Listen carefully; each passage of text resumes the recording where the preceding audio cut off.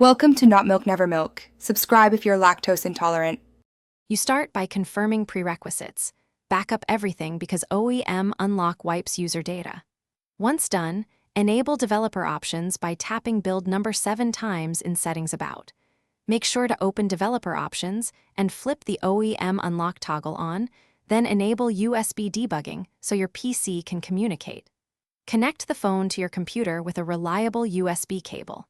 Now you're ready to move into fast boot. Don't skip verifying the device shows up with a DB device. You'll continue by booting the phone into fast boot or bootloader mode. Use the device key combo or run a DB reboot bootloader.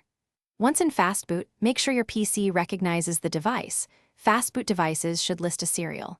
Then execute the vendor-specific command. Common options are fast boot OEM unlock or fast boot flashing unlock.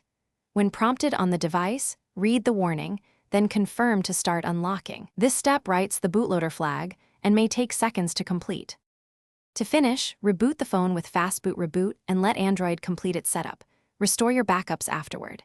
If the bootloader shows locked again, return to Developer Options, ensure the OEM Unlock toggle remained enabled, and repeat the correct Fastboot Unlock command for your vendor. If the PC doesn't detect the device, reinstall OEM drivers, try a different USB cable or port, and confirm a DB/Fastboot tools are current. One tip: use the manufacturer's official unlocking tool if available. It resolves many compatibility issues. Thanks for watching. If this was helpful, leave a like and consider subscribing. See you next time.